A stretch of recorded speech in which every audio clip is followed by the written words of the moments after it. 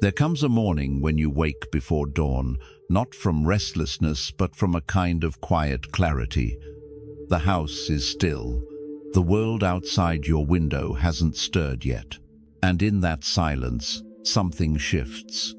Not dramatically, not with fanfare, but like the first light touching the horizon. You realize you've been carrying things that no longer belong to you.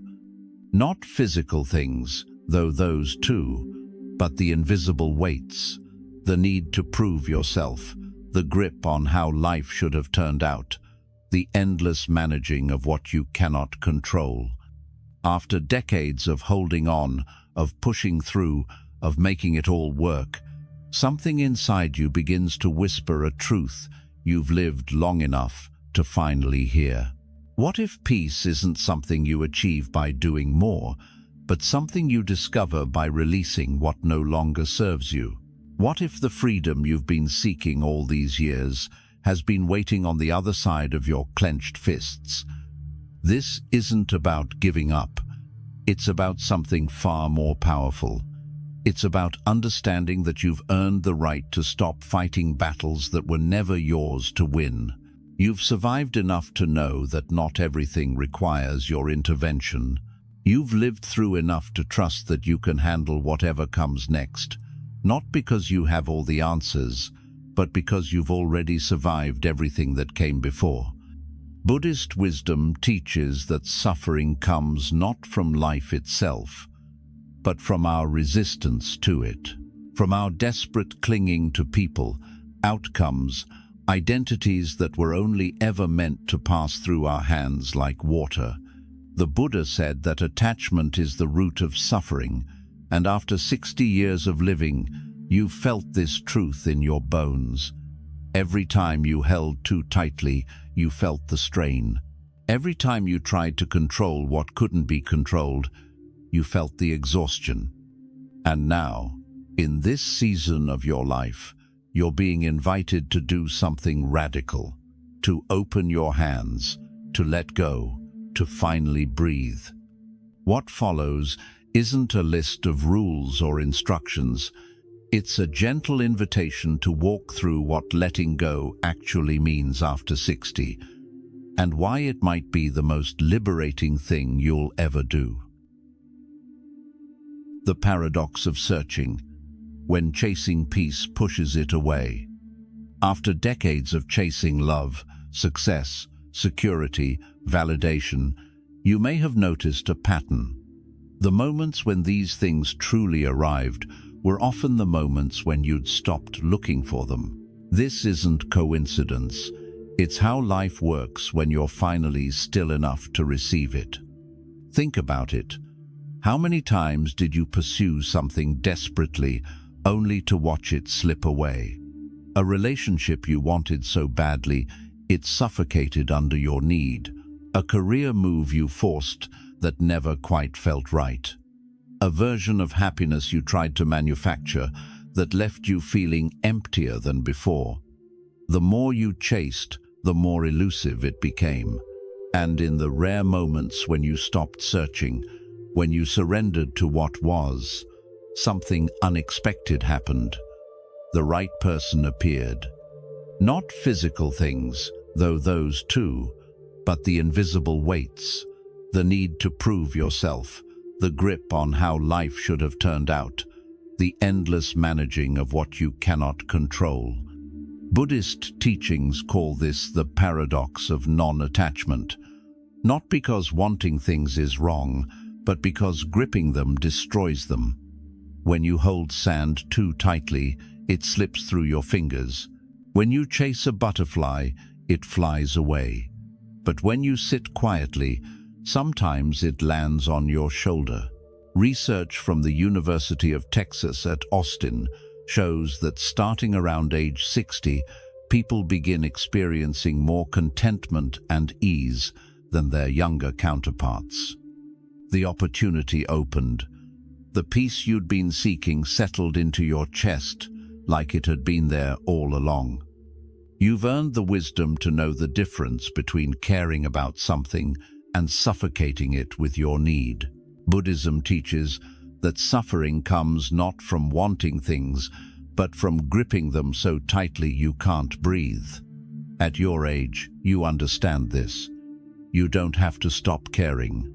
You simply need to loosen your grip on how and when things arrive. Not because life becomes easier, but because they stop fighting it so hard. They've lived long enough to see that control was always an illusion. When you finally stop obsessing over outcomes, what would it feel like to stop waiting for life to meet your exact specifications? What if you trusted that you don't need everything to go your way to be okay? After all these years, you've already proven you can handle uncertainty. You've survived losses you thought would destroy you. You've adapted to changes you swore you couldn't face. And you're still here, still breathing, still capable of joy. This is what happens when you release the desperate need for things to be different. You start seeing what's actually here, not what should be here, not what used to be here, but what is here right now, in this imperfect, beautiful, heartbreaking present moment. Studies show that older adults report higher emotional well-being, not because their circumstances improve, but because they've learned to be with things as they are. They've discovered that acceptance isn't resignation. It's a doorway to freedom. There's a Buddhist story about a monk who spent years searching for enlightenment. He traveled to distant monasteries, studied ancient texts, meditated until his legs went numb. One day, exhausted and defeated, he sat beside a river and wept. He had done everything, tried everything, and still felt empty. In that moment of complete surrender, he looked at the water flowing past and suddenly understood. The river didn't try to be anything other than what it was. It didn't resist the rocks or force its way uphill. It simply flowed, and in that flowing, it found its way to the sea. You are that river now. After 60 years of trying to be what others expected, of managing and controlling and fixing, you're being invited to simply flow, not carelessly, not recklessly, but with the quiet confidence of someone who knows that life finds its way when you stop blocking it. Trust over control. The illusion you've spent a lifetime maintaining. Control was always an illusion, wasn't it? All those years of managing, planning, worrying, and life still brought you here, to this exact moment. What if you stopped fighting? What if you trusted that you can handle whatever comes next, not because you have all the answers, but because you've already survived everything that's come before? Think about all the things you've tried to control: your children's choices, your spouse's moods, your body's aging, the opinions others hold of you. And think about how exhausting it's been, this constant vigilance, this endless attempt to keep everything from falling apart. Buddhist philosophy teaches that this exhaustion comes from fighting against the nature of reality itself. Everything changes, everything passes, and the more we try to stop this natural flow, the more we suffer. Research on aging and well-being consistently shows that older adults who try to maintain control over things they cannot change experience higher rates of depression and anxiety. Those who learn to accept what cannot be changed while focusing their energy on what they can influence report significantly higher quality of life. This isn't about becoming passive. It's about becoming wise, about understanding where your power actually lies. Your real power has never been in controlling outcomes. It's been in how you respond to them, in how you adapt, in how you find meaning even when things don't go according to plan. You've proven this to yourself countless times, though you may not have given yourself credit for it. Every time life threw something unexpected at you, and you found a way through. Every time you thought you couldn't bear another loss, and discovered you could. Every time the ground shifted, and you learned to walk on new terrain. The fear, of course, is that if you let go of these identities, you'll disappear. That without these roles defining you, there will be nothing left. But this is the great lie we tell ourselves. The truth Buddhism offers is exactly the opposite. When you release who you thought you had to be, what remains is who you actually are. And that person, the one underneath all the performance and proving, is more than enough, has always been enough. The Buddha taught that peace comes not from arranging our external world perfectly, but from developing an unshakable inner steadiness. At 60 and beyond, this is your work. Not fixing everything, not managing everyone, but cultivating the kind of inner calm that remains present regardless of outer circumstances. This is the trust that replaces control, not blind faith that everything will be fine, but deep confidence that you'll be okay even when things aren't fine. Releasing the weight of old identities. You've carried enough. You've held on to relationships that drained you, ambitions that no longer fit, versions of yourself that feel like heavy coats in summer. Letting go isn't weakness. It's finally understanding that you don't need all that weight to be whole. You never did. Your real power has never been in controlling outcomes. It's been in how you respond to them, in how you adapt, in how you find meaning even when things don't go according to plan. You've proven this to yourself countless times, though you may not have given yourself credit for it. Every time life threw something unexpected at you, and you found a way through. Every time you thought you couldn't bear another loss, and discovered you could. Buddhist teachings on non-self point to this very insight. You are not your roles. You are not your past. You are not even your thoughts about who you should be. You are the awareness that observes all of this. And that awareness doesn't need validation. It doesn't need to prove anything. It simply is. Studies on successful aging show that people who can release rigid self-concepts and embrace a more flexible sense of identity experience greater well-being in later life. Your real power has never been in controlling outcomes.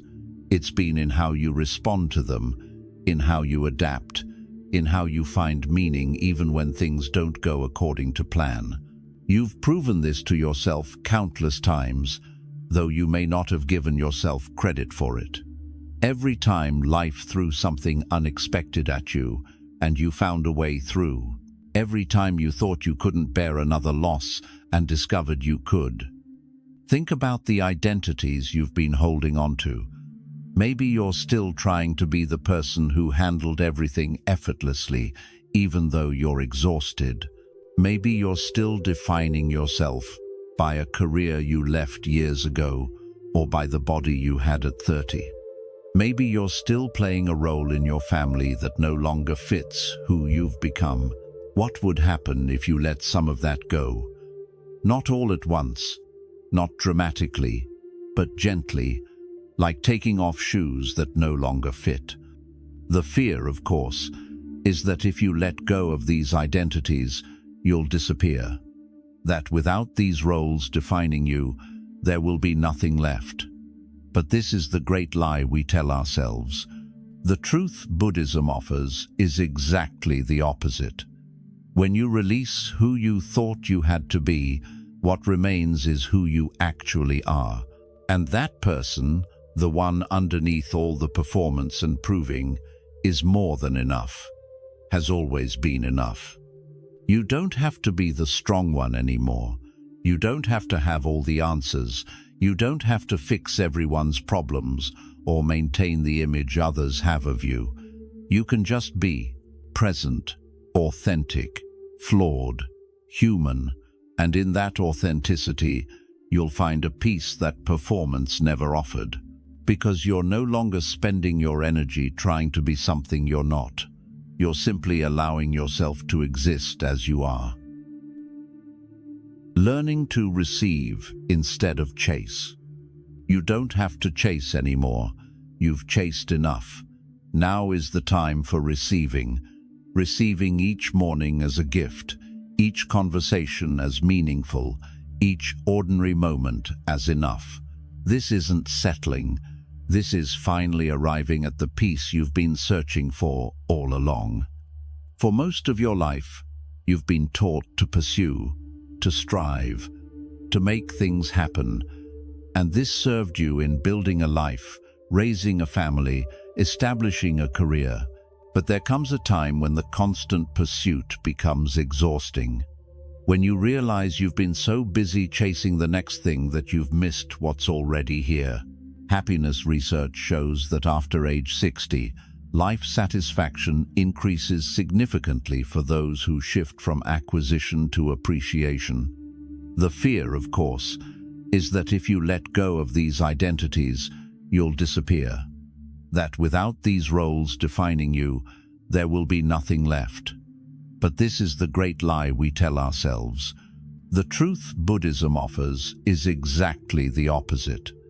When you release who you thought you had to be, what remains is who you actually are. And that person, the one underneath all the performance and proving, is more than enough, has always been enough. For most of your life, you've been taught to pursue, to strive, to make things happen, and this served you in building a life, raising a family, establishing a career. But there comes a time when the constant pursuit becomes exhausting. When you realize you've been so busy chasing the next thing that you've missed what's already here. Happiness research shows that after age 60, life satisfaction increases significantly for those who shift from acquisition to appreciation. Buddhist practice calls this mindfulness, but it's simpler than that. It's just paying attention, being where you are, letting each moment register fully before rushing to the next one. And when you do this, something shifts. Life starts feeling fuller, richer, more textured. Not because anything external has changed, but because you're finally here to experience it.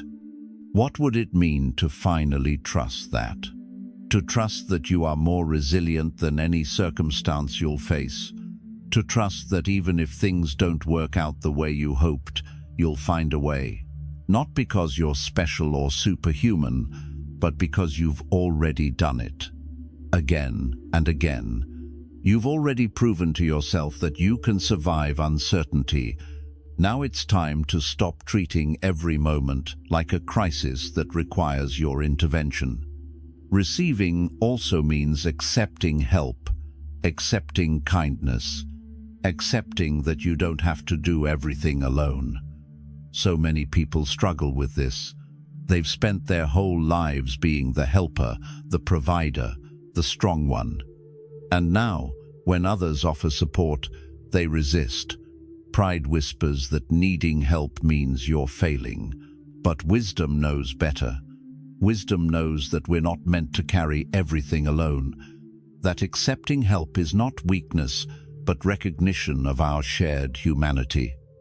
When someone offers to carry your groceries, let them. When your grandchild wants to show you how to use your phone, let them teach you. When a friend invites you to lean on them, lean. This isn't dependence. This is interdependence. This is recognizing that life is richer when we allow ourselves to receive, not just give. And in receiving, you give others the gift of being needed, of being useful, of expressing their care for you. The work of clearing space, external and internal clutter. Sometimes the weight isn't just emotional. Sometimes it's the actual physical clutter that surrounds you.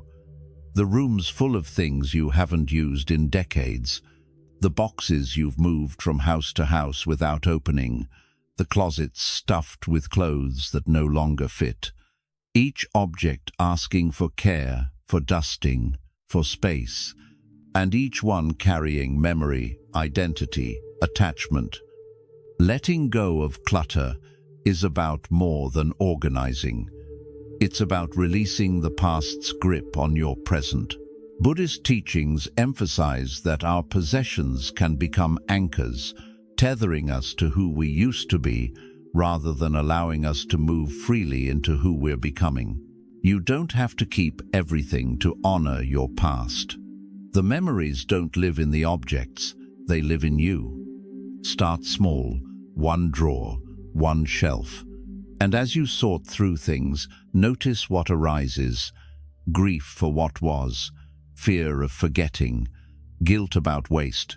These feelings are natural. Let them be there without letting them stop you. Ask yourself, does this object bring me joy now?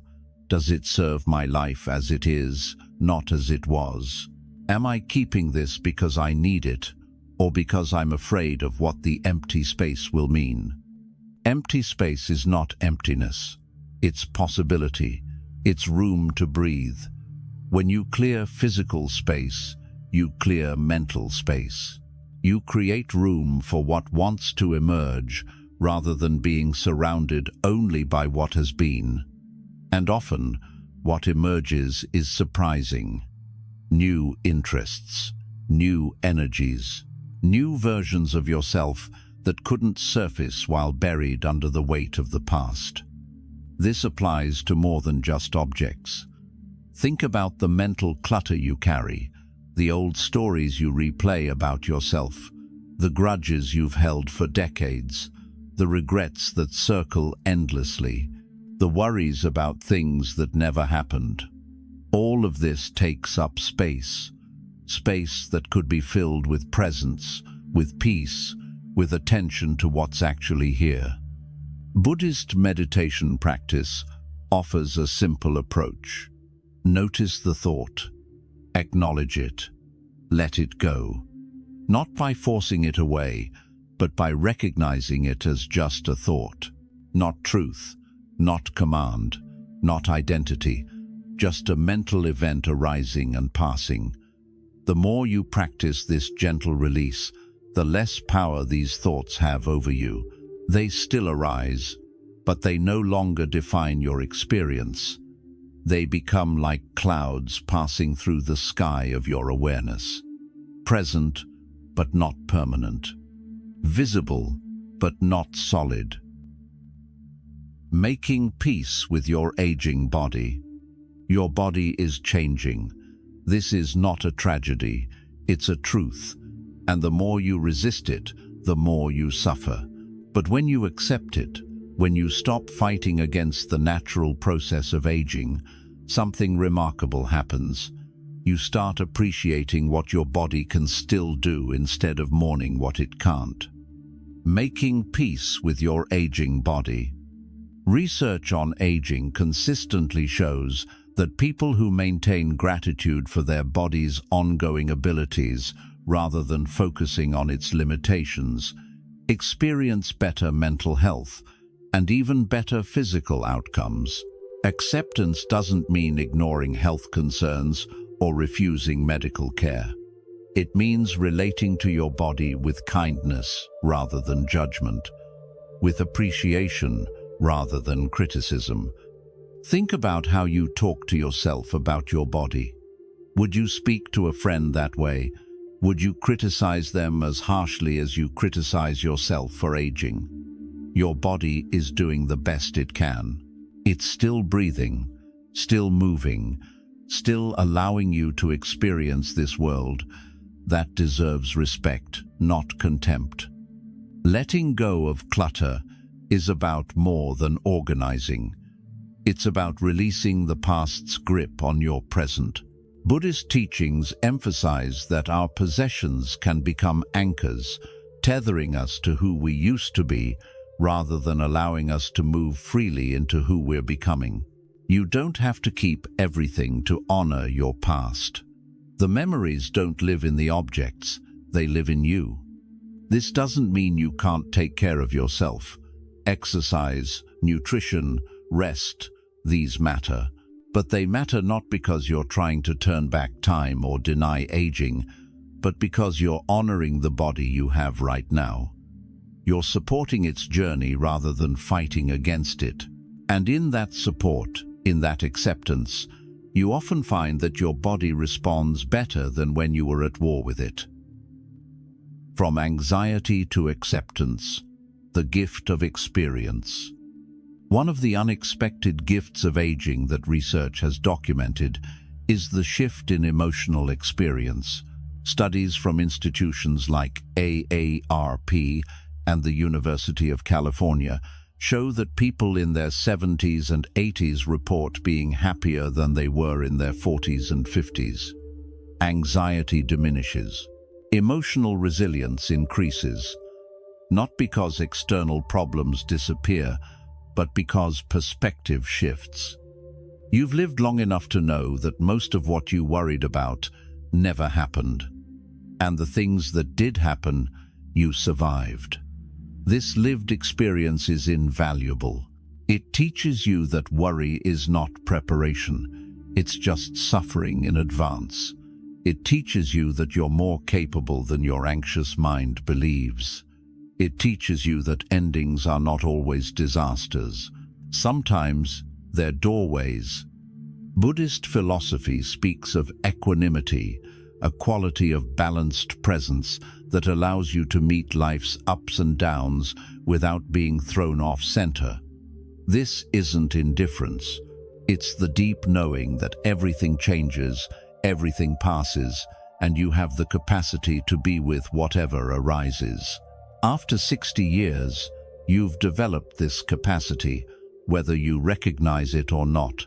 Every loss you've grieved and eventually moved through, every change you've adapted to, every time you thought you couldn't handle something and discovered you could, all of this has been building your equanimity.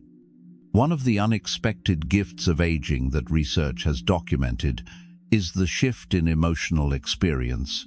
Studies from institutions like AARP and the University of California show that people in their 70s and 80s report being happier than they were in their 40s and 50s. Anxiety diminishes. Emotional resilience increases, not because external problems disappear, but because perspective shifts. This is what acceptance offers, not a passive resignation to fate, but an active engagement with reality as it is. You stop wasting energy fighting against what you cannot change, and instead direct your energy toward what you can influence, your response, your attitude, your choices about how to move forward. Acceptance and commitment therapy research with older adults shows that this shift dramatically improves quality of life, even in the face of chronic illness, loss, and other challenges of aging. The freedom in no longer needing to be right. How much energy have you spent over your lifetime needing to be right, proving your point, defending your position, making sure others understood your perspective? It's exhausting, isn't it? And what has it given you? Has it brought you closer to people or pushed them away? Has it brought peace or just more conflict? One of the profound freedoms of later life is realizing you don't need to win every argument. You don't need to correct every misconception. You don't need to make sure everyone understands you perfectly. You can let people be wrong about you. You can let conversations end without resolution. You can walk away from debates that serve no purpose other than feeding your ego. Buddhism teaches non-attachment to views and opinions, not because truth doesn't matter, but because clinging to our rightness causes suffering. When you're more committed to being right than to being at peace, you'll always find something to fight about, Someone will always believe differently than you do. Some situation will always seem unjust. And you can spend your remaining years battling, or you can choose differently. This doesn't mean you become a doormat. It doesn't mean you never speak up for what matters to you. It means you become selective. You save your energy for what truly matters, rather than spending it on every small dispute. You recognize that some battles aren't worth fighting, not because you're afraid of conflict, but because you've learned the difference between productive disagreement and pointless drama. What would your life feel like if you let go of the need to be right? If you allowed others to have their perspectives without needing to change them? If you stopped taking every difference of opinion as a personal attack, you'd have so much more energy for joy, for connection, for simply being present with the people you love, even when you don't see eye to eye. Releasing relationships that no longer serve. Not everyone deserves access to your peace. This is a hard truth, but an essential one. You've lived long enough to understand that some relationships drain more than they nourish. Some people bring chaos, no matter how much you try to stabilize them. Some connections were meant for a season of your life, not for all of it. Letting go of relationships doesn't mean you don't care about people. It means you care about yourself enough to protect your well-being. Buddhist teachings speak of skillful relationships, those that support your growth and peace, rather than undermining them. This doesn't mean relationships should never be challenging.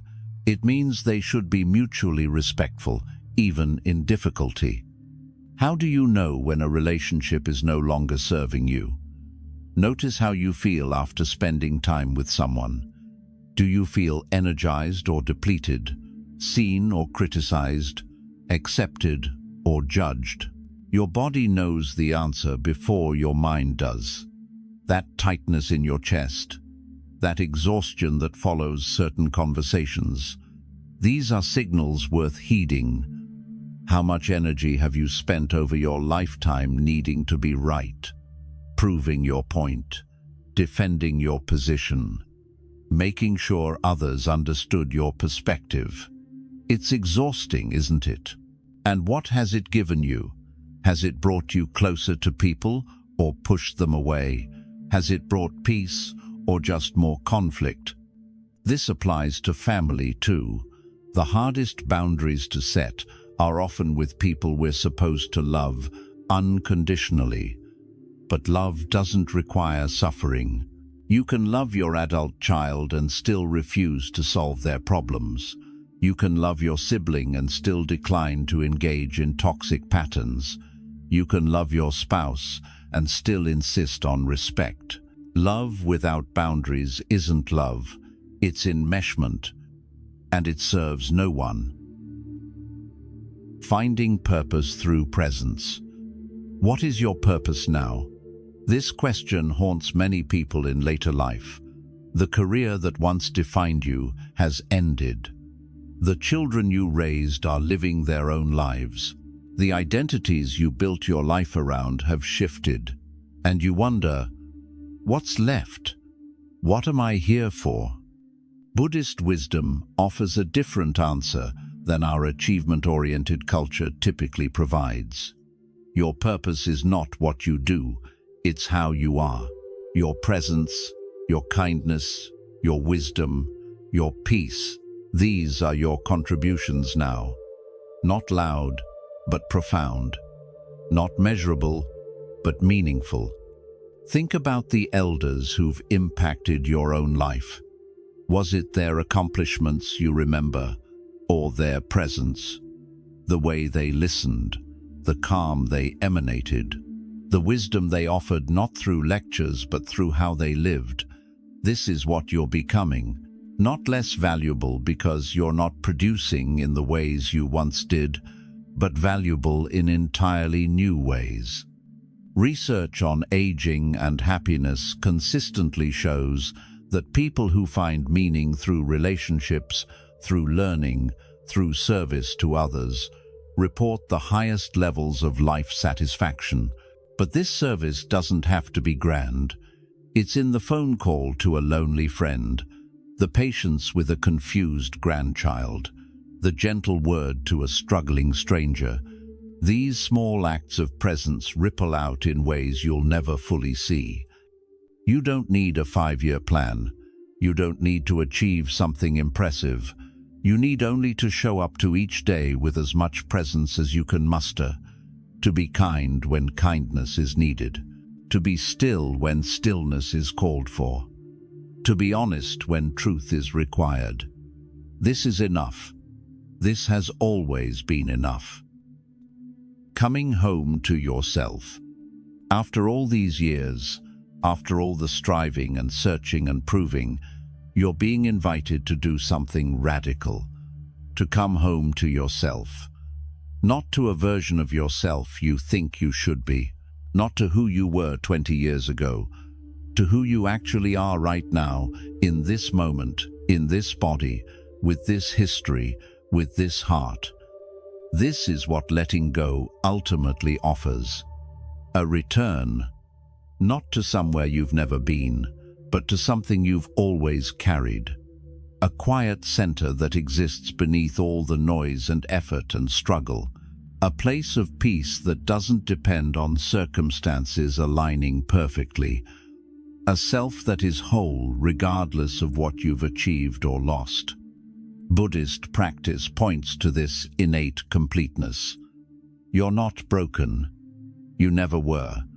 You've been whole all along, just covered over by layers of conditioning, expectation, fear, and now, with the time you have left, you can begin peeling those layers away, not through force, but through gentle awareness, through letting go of what was never truly yours to begin with.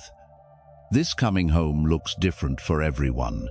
For some, it's found in meditation or prayer. For others, in nature or creativity or simple silence. What matters is not the method, but the direction, inward, toward honesty, toward acceptance, toward the self you've spent a lifetime becoming. You are not running out of time to find what you seek. You are running out of reasons to keep searching, because what you need has always been here, in this breath, this moment, this life you've already built.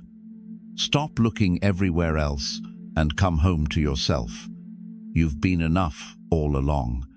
You don't need permission to rest now. You don't need to accomplish one more thing to deserve peace. You don't need to fix everything before you can let go. You can let go right now, right here, and discover that the ground doesn't disappear beneath your feet. Instead, it becomes solid, real, true. You've lived long enough to know that most of what you worried about never happened, and the things that did happen, you survived. This lived experience is invaluable. It teaches you that worry is not preparation. It's just suffering in advance. It teaches you that you're more capable than your anxious mind believes. It teaches you that endings are not always disasters. Sometimes they're doorways. The path forward is not about doing more. It's about releasing more. Releasing the stories that no longer fit. Releasing the identities that have become cages. Releasing the need to control, to prove, to perform. And in that releasing, discovering a peace that was waiting for you all along. You are the mountain now, steady and unmovable. Life will continue to bring storms, and you will meet them not by resisting, but by remaining. Present, grounded, whole. This is the gift of letting go. This is the peace you've been seeking, and it's yours the moment you stop searching and start receiving, the moment you stop fighting and start flowing, the moment you finally, beautifully, completely let go.